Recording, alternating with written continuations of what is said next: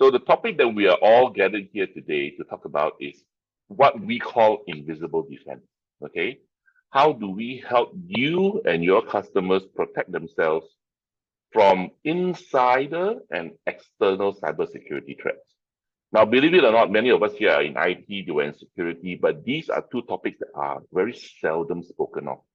We tend to think about cybersecurity as network security or endpoint security, but there's actually a lot more involved than that. So we'll go through some of these solutions, some of these strategies over the course of the next hour or so. I'm going to be talking about our own Arrosoft 360-degree defense strategy.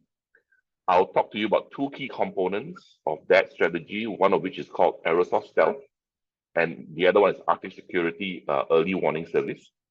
And in between, we're going to do a quick demo of Arrosoft Stealth, kind of let you see how it works and how we can help to protect your environment. If you have any questions, feel free to drop it into the Q&A box. My colleagues will answer them as we go, or we'll get to the end of the session, and then if we have some time, I'll take on some of the questions to answer as well. Okay, so without further ado, let's get started. Now, one of the things to note is that cybercrime today is actually an industry, right? It's not something random. It's an industry that has revenue in trillions of dollars, right? And because it's an industry today, many of the hang on, let me just kind of fix this. My apologies here. All right, I'll fix it. And because it's an industry, many of the people who are involved in cybercrime today are professionals. So gone are the day where they are like college students, in a dark dorm room, hunched over a keyboard, wearing a hoodie, randomly selecting a company to attack just for fun or just for the ability to brag about it. Today, when a ransomware attack happens, it is actually very targeted, meaning you have been selected to be attacked. And when they attack you, it is with the intent of, at the end of the attack, to get paid. It's not about stealing your data for no reason. It's not about making you look bad. It's not about bragging. It really is about making money from you. Okay.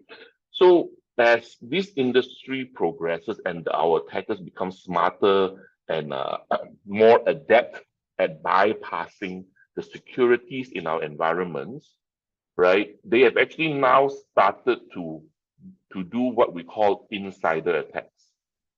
So they've actually started recruiting the employees of the companies that they are attacking.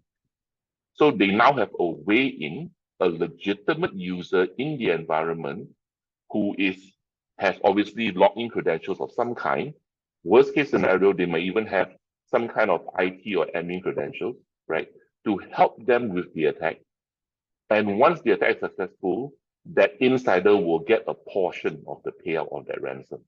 Okay, so us as professionals in trying to help our customers defend, we have to recognize that this is a new emerging threat, and what we propose to our customers needs to also take this into consideration. And that's really why we're here today. How do we solve this issue about this emerging internal threats, right? So let's go deeper a little bit. Now, the reason why we need to address this is because, firstly, ransomware really is a very big problem. It's gotten to the point where we have become, I guess, immune or numb to seeing these reports in the news, right? It's so common. It's gotten to the point where the IT directors are more like, oh, okay, we got hit again, right? What do we do? So if you look at the statistics, they're actually quite scary. Over 90% of ransomware attacks also try to attack the backup or try to steal data from the backups. And the other scary part is that 85% of ransomware attacks actually originated internally. So as we try to prevent outsiders from coming in, we put in all these anti-intrusion, all this firewall, right? The reality is that nearly 90% of attacks actually start inside. They are either user actuated, which means you have an insider threat, or you have an unsuspecting user who accidentally click on the wrong link to download the malware, or it's actually due to lack of diligence, incomplete patching, not up to date patches, unsecure or credentials or weak passwords. So as we talk to our customers, always recognize that the threats are no longer only coming from outside. Largely, they are inside as well. So us as defenders, what can we do to address this insider threat? And that's what we are here to talk about today. So this information that I'm sharing with you didn't just come out of the blue. It isn't something that we read in some product brochure just to share with you because we want to sell you a solution. It's actually something that we actually developed over the course of a few years. And many of it was from our own painful experiences, helping our customers do recovery from ransomware attacks. Now, the story I want to share with you is this one called NotPetya. So NotPetya was a global cyber attack, right? Huge, like national scale. In 2017, some of the biggest, richest companies in the world got hit by NotPetya, right? We have across all industries, governments got hit, large multinationals got hit. The example we're talking about is actually WPP. They were the world's largest advertising conglomerate. Now imagine that this company has 100 over 1,000 employees around the world, right? They are present in 112 countries. They have so much money, they outsource their entire IT to IBM Global Services. We know they're not cheap. So we know that they are spending money on IT, they're spending money on security, but still they got hit. Now, when they got hit, it was pretty major. 6 data centers worldwide got impacted, 22,000 VMs got impacted. So as always, the first thing that you do in any kind of attack is you try to do recovery. So their main backup system back then was Commvault. So they called Commvault asking for help. Hey, we need your help to come and help us recover. Commvault engineers were, I'm sorry, we are all already booked because we are all out helping another big company recover from NotPetya. They were actually all at the Maersk data centers helping Maersk recover. Commvault actually referred WPP to talk to Arrosoft. So WPP called IBM, IBM called us. We went in working, our consulting engineers went in working with IBM around the clock, and we actually managed to help them recover 100% of the data set. So it's very rare that we manage to recover 100% of the data. And what is even more painful is that it took us 6 weeks. So don't think that just because you have backups or you have ability to recover that it will be done instantaneously. Recovery takes time. So even though we have backups and we know we can recover, we know businesses cannot suffer this kind of downtime, we want to try to prevent the attack. So from all those learnings, we actually realized that today, what we put in place for our customers usually is not enough, all right? So for us to understand what is actually needed, let's look at how a ransomware attack normally happens. Now, first and foremost, like I said before, a ransomware attack does not start with someone trying to crack your password, trying to break into your network, right? A lot of times, the ransomware attack starts internally. So we have an attacker who will send a phishing email. For those of you who are not aware of what is a phishing email, like phishing, right? We cast a hook. So a phishing email is basically an email that is sent to a targeted person, right? Trying to attract that person to click on a link or to download a software inside the email. So, for example, let's say, for example, me, right? I like to travel. So I might get an email in my inbox saying, oh, you have won a free trip to Japan from ANA Airlines, right? Download and register for your information to collect the ticket. So if I'm not aware and I'm not very good at this cybersecurity, I may say, wow, I'm so lucky, I'll download the app. And the moment I download that app, right, that app will come along with it, the malware. So I've actually invited the malware in. I was not forced. My password was not cracked, right? I purposely click on the link to download the malware. And while I'm registering myself for this free ticket, that application that is doing the registration is also unpacking the malware, right? And when the malware enters your network, it actually does not encrypt you first. It will actually communicate back to the attacker in the command and control, or what we call C2, and it will ask for instructions from C2. So it will say, hey, I'm here now. What do you want me to do? Initially, the commands or the orders from C2 will usually be stay put, hide, don't get detected, look for admin credentials, look for Active Directory, look for file servers, look for backup servers. Start to send data back. Send back these admin credentials. Send back all this important file data, okay? And once the attackers feel that they have enough information, they have collected your data, they have stolen enough data, right? Then only will they send the command to the malware, okay, now you begin the attack. You encrypt the customer's data, you send the you have been ransomware message, and you delete or you damage the customer's backups so that they cannot restore and are forced to pay you. So many times when our customers realize they've been attacked by ransomware, it's actually step number 5. The attack actually started several weeks ago. It was just hiding inside your network, okay? So if we know this is how the attackers work, now regardless of whatever kind of attack, whether it's BitLocker, whether it's, Lockbit or whatever it may be, they all follow the same pattern. So if we know this pattern, what can we do to break the pattern? So obviously we need to break the different parts of the attack, and that's where we created the Arrosoft 360-degree defense strategy, all right?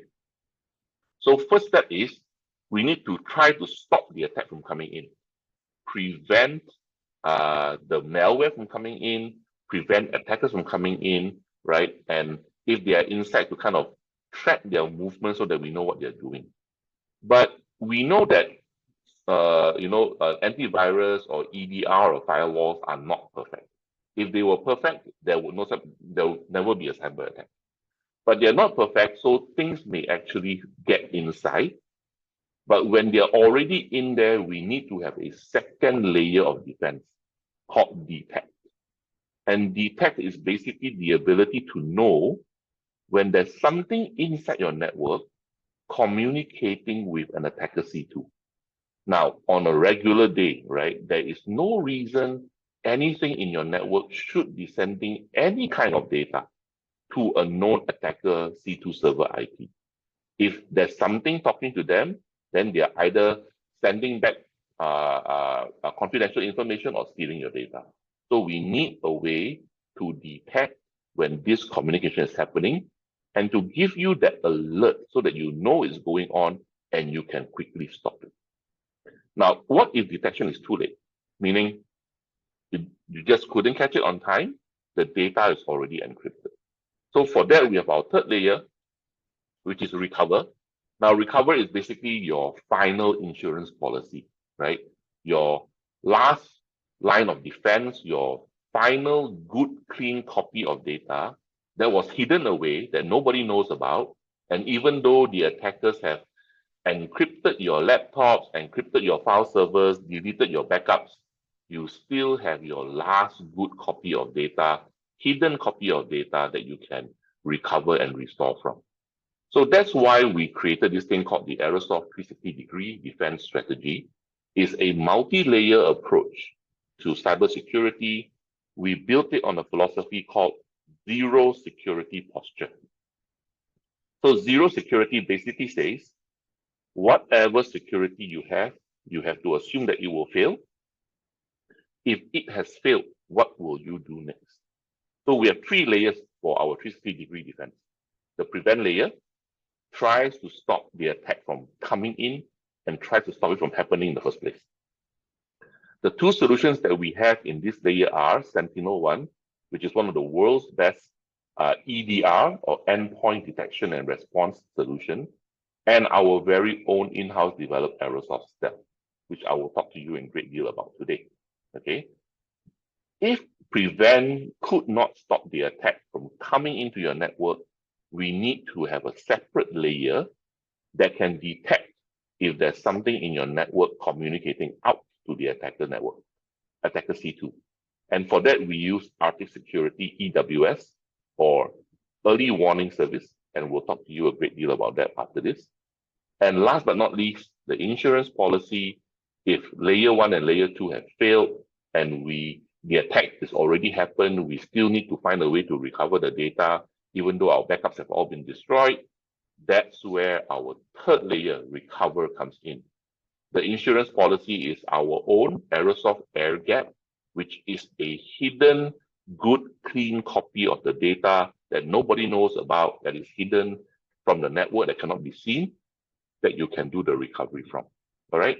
So a lot of products here, but today we're going to focus on two key products, which is Arrosoft Stealth, which is part of the prevent strategy, and Arrosoft and Security EWS, which is part of the detect strategy. We will run future webinars to cover some of the other solutions, but today we're going to focus on these two only. All right. So moving forward, I'll be talking more about Stealth and Security, and let's get straight into Arrosoft Stealth right now.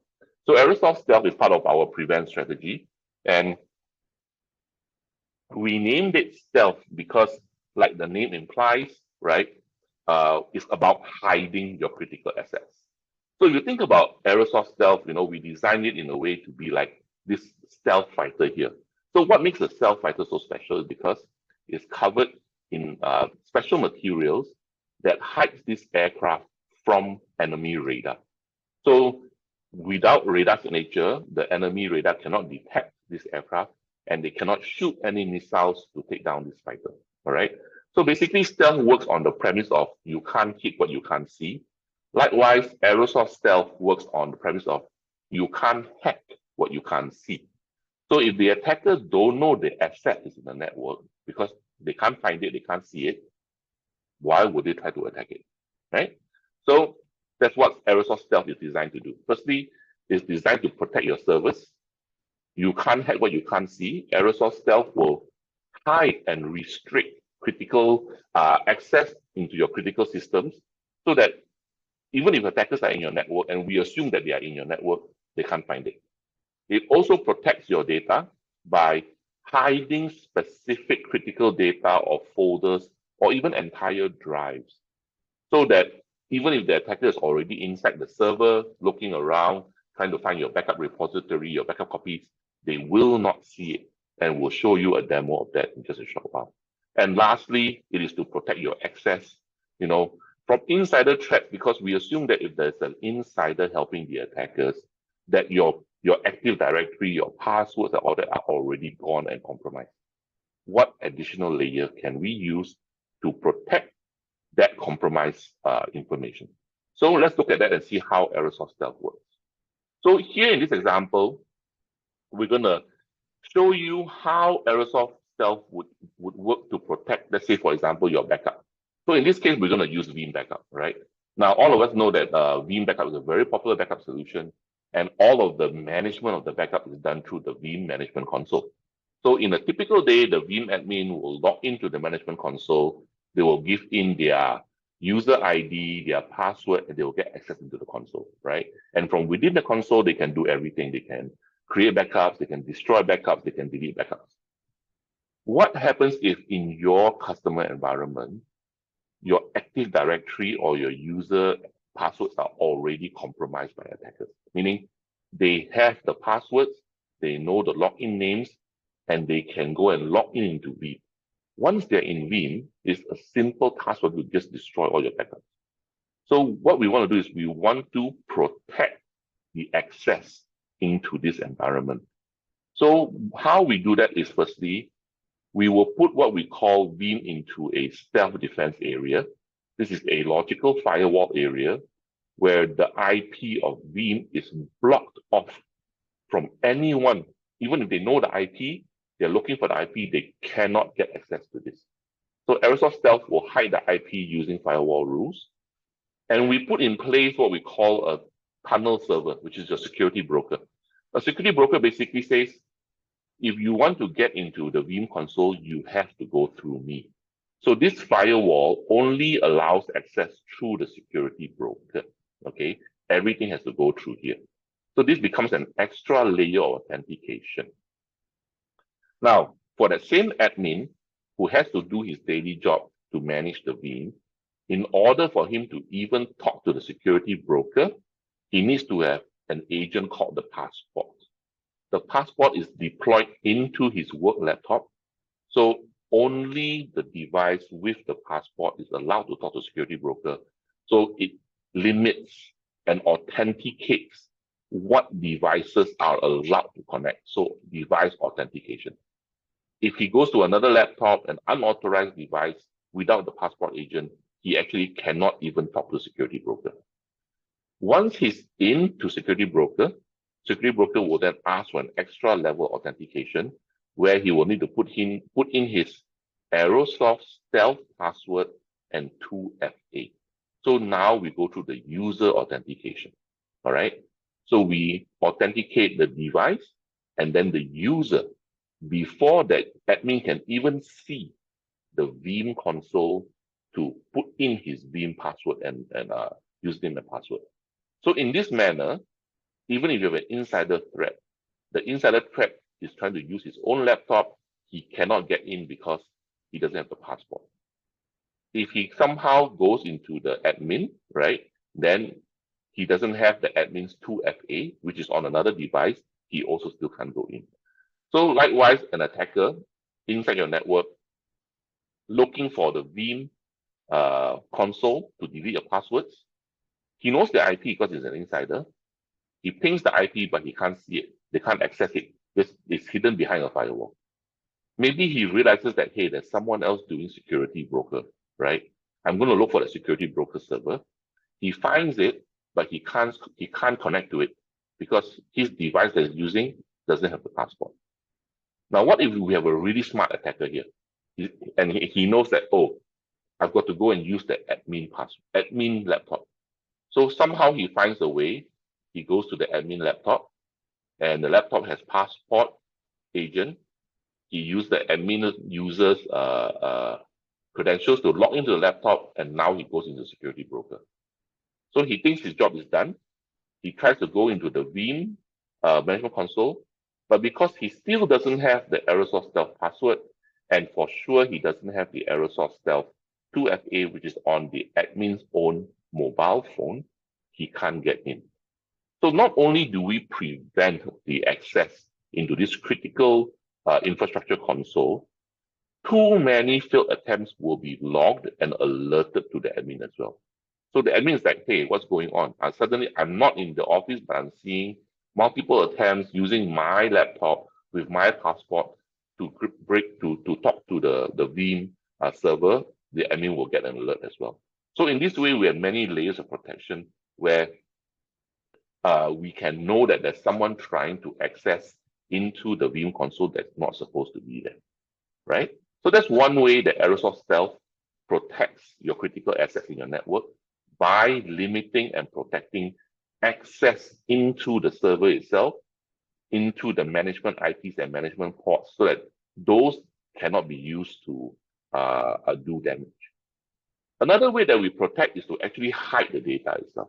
So an attacker coming into your network will start looking for your file repositories, your file servers, your backup repositories, your share drives.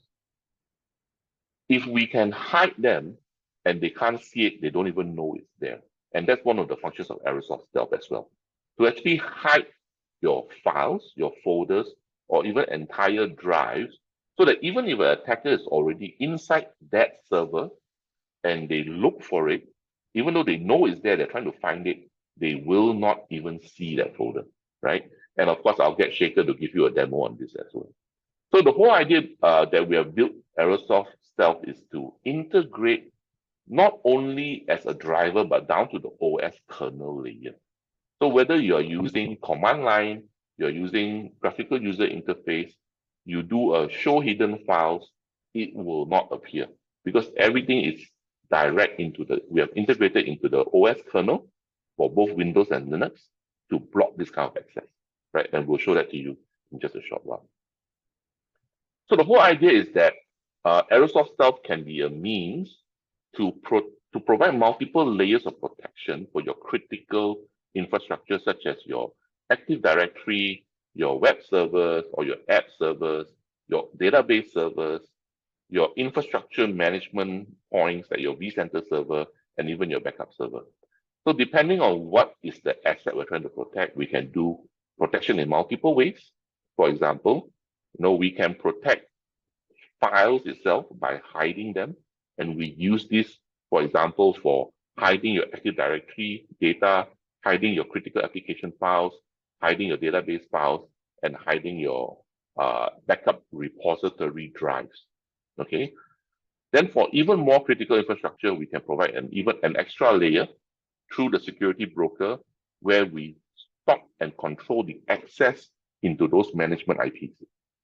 So for that, then we will protect the vCenter server IP, we protect the vManagement IP, right, through the passport and security broker. So depending on what you want to protect, we will recommend what is the best method to protect that asset. To do this is actually quite simple. Arrosoft Stealth is actually very easy to deploy, very easy to license. So there's one main Stealth server is on a subscription basis, meaning you buy on a per year license. And this Stealth server basically is your control point as well as your primary server to provide all of the services that are required by Arrosoft Stealth. So every environment will need to have one Stealth server. Then whether you're protecting your database servers or your backup servers, right, there is going to be a license to protect that server. And this is on a per OS per year. So if it's a virtualized database in a VM, each VM is one OS, that's one license.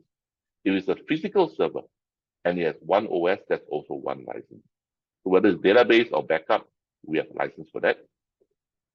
And then if you want to have a security broker, right, to protect the management IP of your vCenter or the management IP of your Veeam console or Commvault console or application console, then that is also licensed on a per IP per year.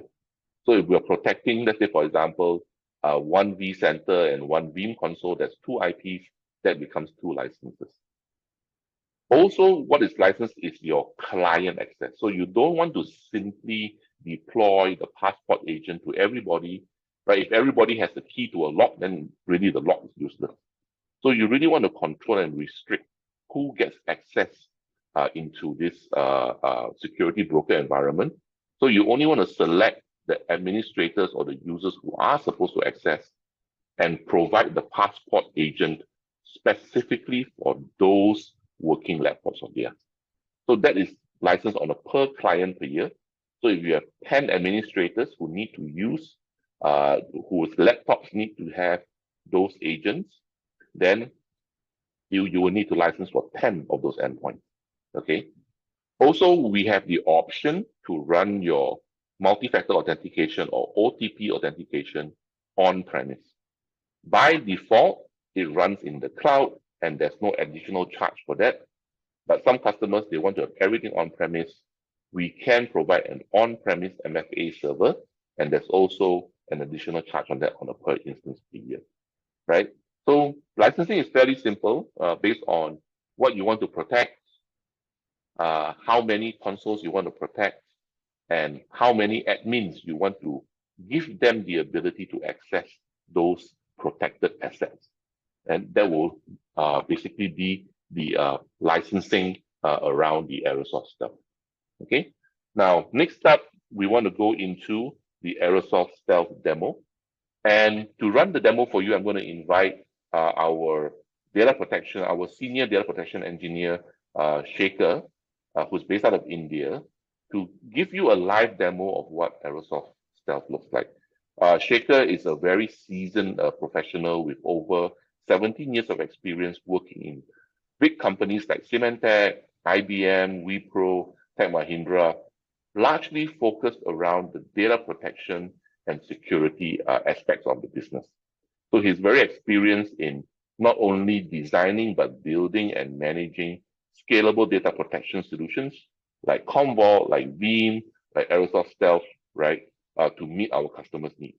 So with that, I'm going to stop sharing and I'm going to pass the floor to Shekhar, who will take you through the Arrosoft Stealth demo.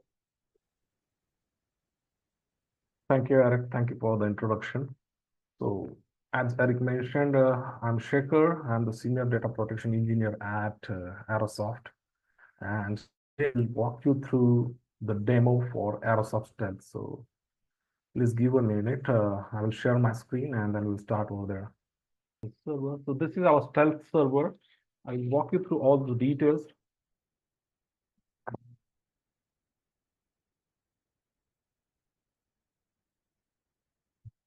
We have two-factor authentication enabled for this thing as well. Each of our products has the two-factor authentication enabled. So, right. Is it just me or is the audio like kind of a bit choppy? Yeah, it sounds a little bit muted. Yeah, maybe I don't know if you can somehow move the mic closer to your mouth or speak a Okay. bit louder. Yeah. Is it good enough? You need to talk for a little bit before we can tell. Okay, one moment. Yeah, it sounds much better now. Thank you. Okay. So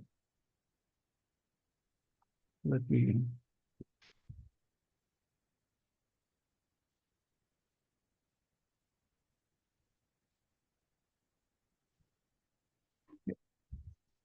So this is the stealth control server where we will be having the details of each of the server or the client machine that we are protecting. So as of you see on the screen, we have the stealth server itself added over here, which has the IP of 1.87. Then we are protecting the stealth VBR server or a VBR server. Just for the demo purpose, I have given it as stealth VBR. It can be any naming convention depending upon the organization. So we have the VBR server, which has server defense agent installed on it. And then I have added my laptop, which has the passport agent, which will be accessing this server using the passport agent, connecting through the control server and then accessing the environment. So this is how the workflow will be. I will walk you through the control server, then I will go take you to my laptop. I will show the configuration, then we will try to access the VBR server. We have license management over here on this console. Then we have basic settings and the secure process that we have added, which will allow us to access the VBR server. And within the VBR server also, where we have deployed the stealth agent, we have hidden the application. So we will be accessing that application using the stealth defense entry. So all these processes are added here into the secure process so that those are allowed. Then we have the tunnel server here, which is known as security broker. In this security broker, we have added the VBR server here, that particular IP, and we have restricted the port for the RDP, which is 3389.443.80. So this RDP function or the 443 and everything, it will be accessible only through this security broker server. And to access this security broker server, you have to have the passport agent installed on your device or the laptop. Then these are the detection process. If you turn on the detection process, it will detect the process which are trying to access it. We can click on the plus sign and then add it to the secure process. Whichever are not required, you don't need to add it. Client setting, we have already gone through this thing, which has the details of all the servers that are protected and the devices that are having passport agent installed. So let me take you to my laptop to show the details of my laptop. So this is the screen of my laptop. This is the icon of the stealth defense entry or the application that we have installed. You can find the details over here. This is the stealth defense icon that comes in. It's for the passport agent. So in normal scenario, what we do is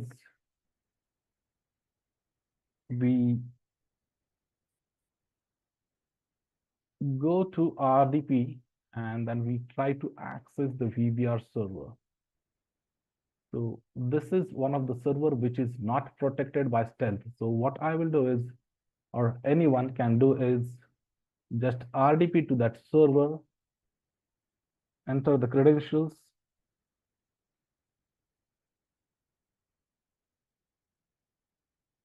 You're allowed or authorized to access it through RDP. You've logged into the server, you can go to the Veeam console, connect it.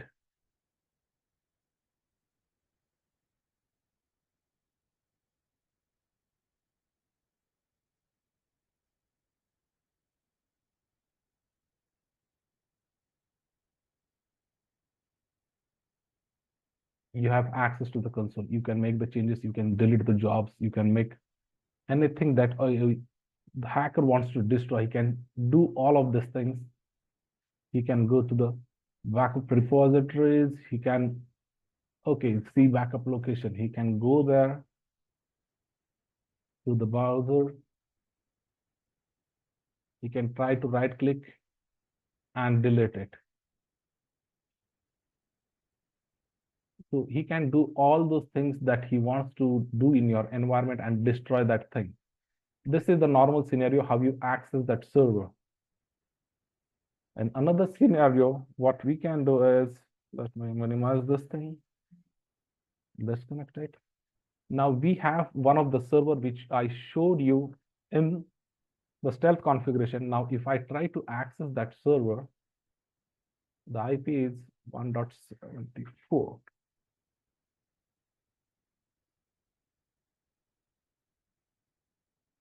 It will not allow me to do the RDP to that particular server because it's hidden behind the stealth server, which is known as the security broker.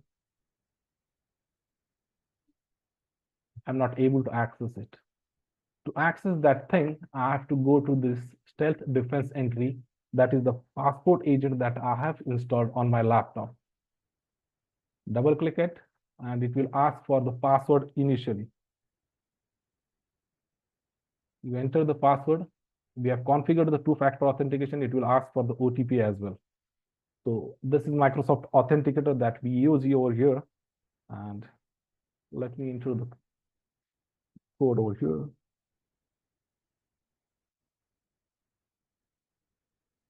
It will open the Explorer.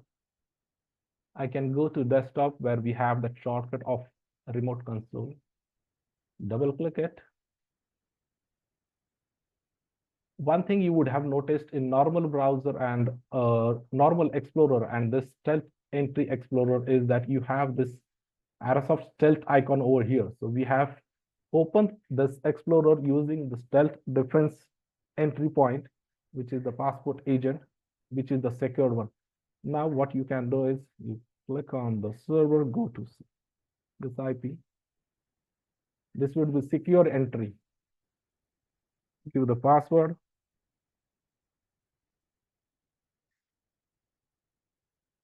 And you are in the server.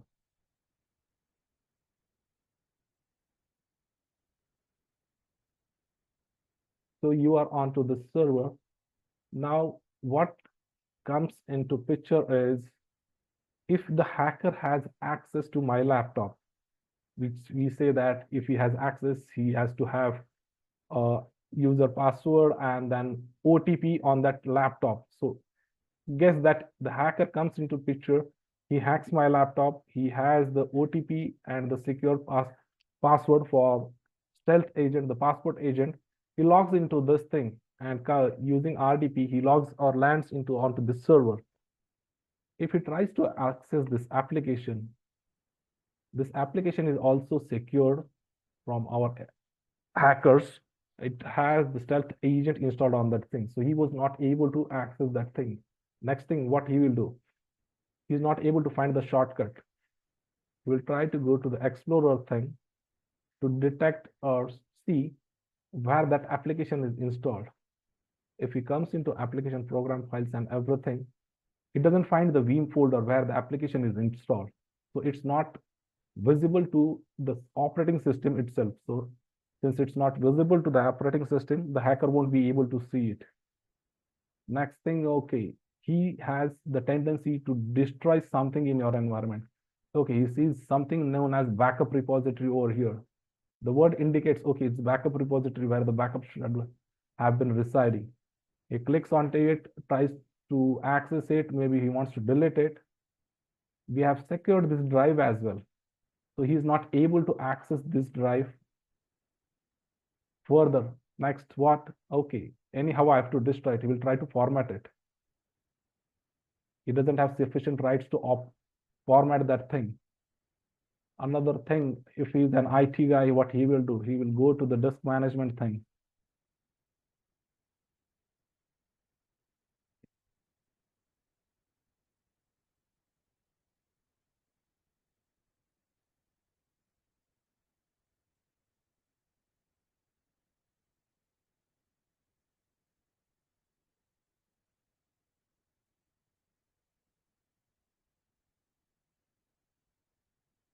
He'll try to right click this thing, the drive, try to format it. This is not allowed because we have secured this as well. One more option he would like to try is go to command line, use a disk part.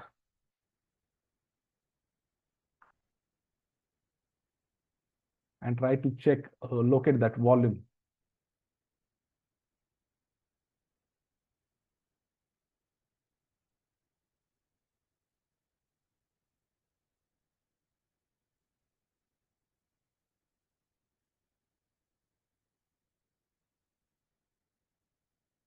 List volume.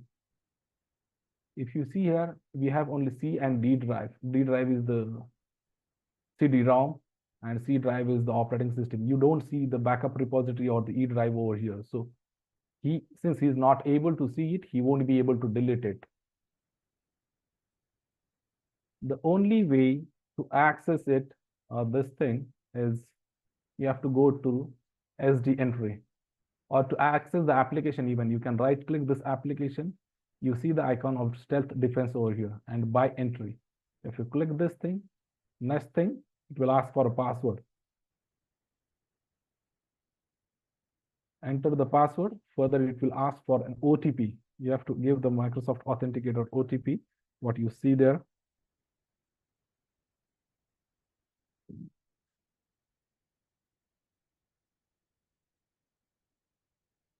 You are able to access the application. You can click on connect.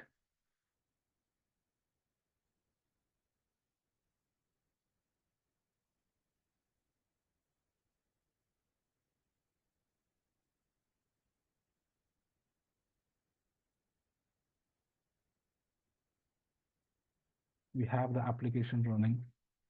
You see the backup jobs and everything. You go to the backup infrastructure. You go to the backup repository. You see the backup repository here, E:backups. This is only accessible via stealth secure processes and only to this Veeam application. No other application can access this E:backup thing. If you want to check what's there in that E-backup, you can go to SD entry. Again, it will ask for the password. It's not that once you give the password, it's open for all the time during your session. Every time you close the session or you want to access that thing, every time you have to give the password and the OTP.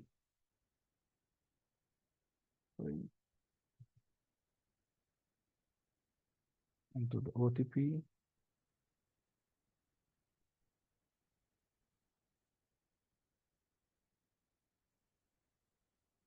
Okay, you see here, we have the stealth icon over here. So now you can go to E drive, you can see the backup directory in it, you can see the backup job configuration, you can see the system configuration or the VBR configuration. All the details are over here.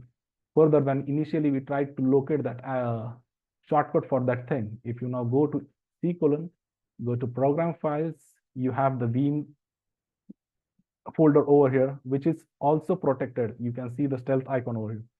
Go inside it, you can access everything inside it. Similarly, if I now, again, if I minimize this thing and if I try to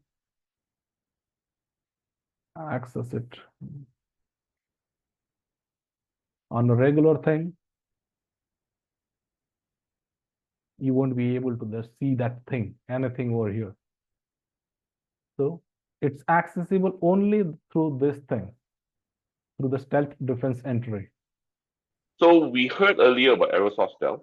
How can Arrosoft Stealth protect your environment from insider threats from people who are already in your network by hiding the assets. Okay, so what we're going to talk about next is something a little bit different called Arctic Security, EWS, or Early Warning Service. And Arctic Security is designed to really protect you from external threats, right? And threats that you may not even be aware of. So Arctic Security is part of our detect layer, where we have the ability to not only protect us from external threats, but also to alert you if there's something from within your network that is sending data out into an attacker's C2 server. So let's look at what is Arctic Security, right? Now, I want you to think about Arctic Security as your external security guard. So a lot of times as cybersecurity defenders, we are very focused around defending the inside of our network, right? We have firewalls that stop bad guys from coming in. We have anti-intrusion, we have EDR, and all of those are focused on the inside of your network. Now, many times we don't realize that, hey, we don't actually know what we are presenting to the outside world. And if you think about it from the attacker's point of view, what does the attacker do?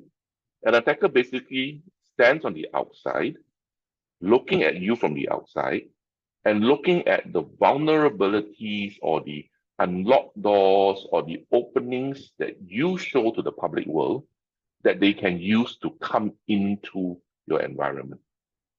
Okay, so Arctic Security basically acts like that external attacker, constantly probing, tracking, watching your public-facing assets, monitoring what you present to the public world, whether they are unpatched servers, unsecured IPs, unsecured ports, expired certificates, and it will alert you if it sees one of these vulnerabilities that could be used by a real attacker to attack you.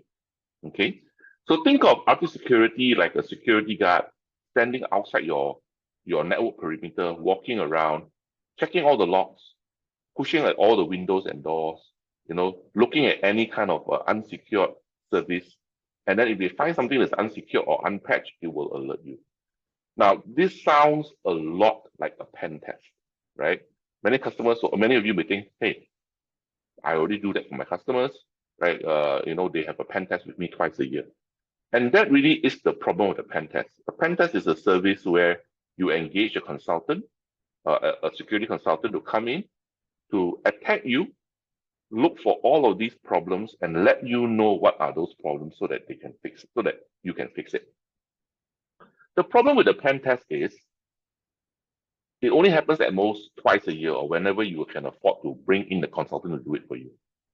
The consultant may come in, take a few days, do the testing, the pen testing, give you the report, and then they go home. Now, the moment you hold that report, the data that you have received is already considered old and obsolete because your network services, your users, your cloud connections are changing on a day-by-day, hour-by-hour basis.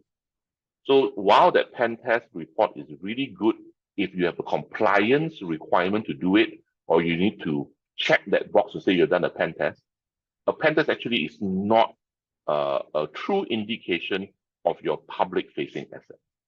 What you need is something that is similar to a pen test that runs 24/7. And that really is what Arctic Security is. So Arctic Security will monitor your domain, monitor your public-facing assets, whether they are cloud connections, application services, web services, ports, IPs, certificates, to see whether anything that is unpatched, unprotected that could be used in an attack against you. And we call this the attack surface management, right? It will then take what it finds about your environment and then compare it to all of the threat intel platforms out there. So threat intel is basically like a huge database of the known attacks and known vulnerabilities. For us as, even as a human being to try to look at our environment and manually correlate against all the different threat databases is too long and too difficult. right? So Arctic Security will use their own AI-powered engine to look at your environment and compare what you have against all the threat intel platforms and give you those alerts and warnings and intel that is relevant to you. So when you receive the Arctic report, and I'll show that to you in just a short while, everything in that report pertains specifically to your environment, right? It will also monitor dark web. So think of this like a white hat hacker sitting inside dark web, looking for people talking about your company, trying to sell your credentials, trying to sell the files that they've stolen from you, so that at least you know what is floating around in the dark web, and to give you a security scoring based on all of these different aspects of your security. The powerful thing about Arctic Security is there's nothing to install. You do not need to install any server, any agent, nothing inside your network, because Arctic Security only looks at what you present to the outside public world. So all you do is you subscribe to the service. The service is based on the number of users or assets you're trying to protect.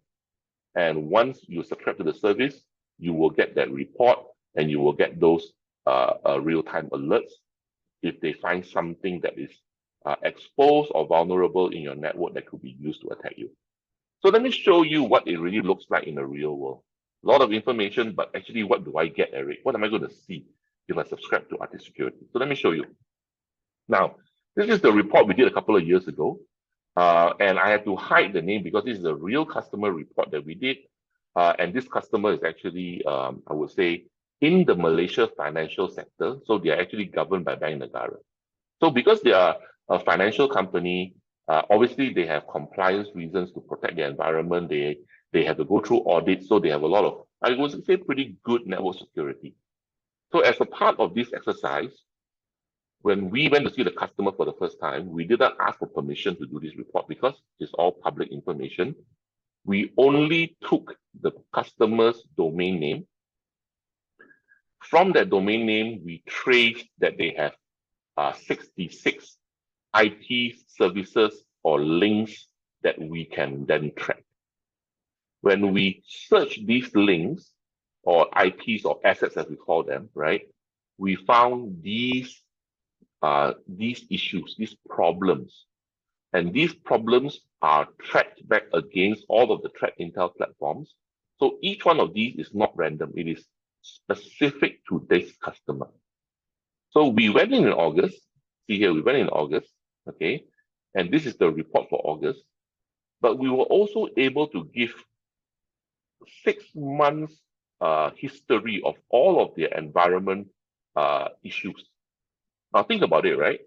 Eric, you walked into this customer in August. You never got permission from them to do this report. You never installed anything inside their network. How is it that you're able to have 6 months record, previous history of all of the network exposures and vulnerabilities in the environment? You didn't install anything. So the reality is that Arctic Security is so powerful that today it is already recording all of these vulnerabilities for all of the IPs and connections that are publicly visible in the world, right? Think about that, huh? Arctic is already collecting all this data. If you want to see the data that pertains to you, then you pay for this service. So if any of you today are curious to see actually how good or bad your own environment is, or if you want us to do this report free of charge as a first pre-sales presentation to your customer, let us know. We can actually run this report for you, either for your own company because you want to know, or for your customer to say that, hey, boss, you got a problem. Let me try to help you fix that problem. We can do that. Okay. So this is what the report looks like, but let me show you, it gets even scarier. Now remember, this is a Bank Negara affiliated company. Central Bank audits them. So we found these particular issues, 3 severity levels: low, medium, and high. So low is normally advisory. Medium, probably not a critical issue, right? Probably some unpatched applications that you need to go and patch. But we found these 7 high severity issues, which are quite concerning. We double click on these 7 and then we get more details. And what we found was that in this customer, right, at the month of August, they had 5 IP. I had to block it because these are actually real public IP addresses. With the IP, you can trace who the customer is. So I block the IP, right? I hide the IP. These 5 IPs had a vulnerable service. And when we dig deeper, these 5 IPs were actually Active Directory servers that were exposed to public internet. Meaning Arctic Security could see that this customer was exposing public Active Directory to public. Now, that's not the best practice. There's no reason why a customer should have Active Directory openly accessible to public. We don't know why it happened, whether it's by internal sabotage or whether it's by accidental configuration, but we can tell you this is happening because we see it. We can also, then they also had these 2 IP addresses that were already botnet drone. So think about this. There's in these 2 servers or VM, there's already software that is communicating to a known botnet C2 IP address in the internet. There's no reason, anything in any company, let alone a financial sector company, that should be communicating with a botnet network. So there's something already infecting these 2 IPs. Now, without this report, there's no way they would have known, right? They have firewalls, they have antivirus, they have all kinds of security software and solutions. But somehow, we don't know how, these 2 IPs got infected. So the whole idea behind Arctic Security is to tell you that this is happening so that you can go and stop it and you can go and do the forensic later, right? Arctic Security will not stop the attack, but it will tell you that the attack is going on. If this was a ransomware C2 server and you have IP or VMs sending data out, there's a high chance that the attackers are already stealing your company data, right? Arctic Security will tell you that. Here's one view of what it can detect on the dark web. So if there's if there's attackers that are targeting your company for an attack, a lot of times your name will surface on dark web first, whether they are looking for credentials or people selling credentials or people organizing to have a team to attack your company, your name, your credentials, your logins will appear on dark web first. So Arctic Security will also monitor dark web, right, to show you whether you have any credentials that are leaked, whether there are any dark web posts or feeds talking about your environment, whether there are any session cookies that were stolen that could be used to, I would say, impersonate a server, a VM, or a service in your network to find a way in, or even stolen credentials that could be used to break into your environment, right? So all of these will be monitored by Arctic Security. Now, one of the best things for Arctic Security is that firstly, there's nothing to install, right? Literally, you sign up for the service and immediately you're running. So you do not need to install any agents. It's very non-intrusive. It is 24/7. It never stops. It is a 24/7 security guard watching your network. It is a 24/7 pen test happening all day long. And the moment it detects a problem, it will alert you because we know that time is critical in any kind of cybersecurity situation. All of the data that they collect, they will compare against third-party threat platforms. So the data that it uses to, I would say, check and compare your own network environment is world-class threat data. So you are actually basically getting like a team of people constantly reading and updated on the latest threat intel and comparing that threat intel into your environment to see whether that threat intel is relevant to you or not. And if it is relevant, it will alert you. So Arctic Security also understands your internet-facing assets. Now, this is very important, especially nowadays, right? So in the past, right, where we didn't have cloud, where we didn't have email, where we didn't have SaaS software like Salesforce, or we didn't have external links to our partners' procurement systems. This is less important.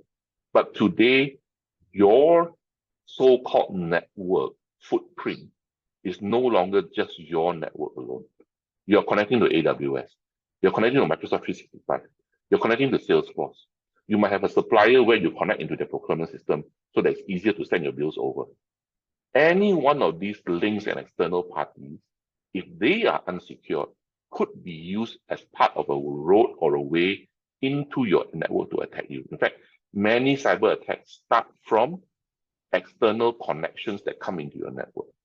So IT security understands that these external links exist and will also monitor these links as a part of your network. So for example, if you connect to a third-party network because you are using their HR app, and that third-party network has a exposure or a vulnerability, you will get alerted because it may impact your network. Okay, so all of these are very good reasons why IT security is something that our customers really need to protect their external facing assets, their public facing assets, and we can very easily prove the value of that by doing an initial free pre-sales report for them. So they're not just hearing us talk, they're actually seeing, right, that this data or this attack or these vulnerabilities are existing in their environment today. Okay,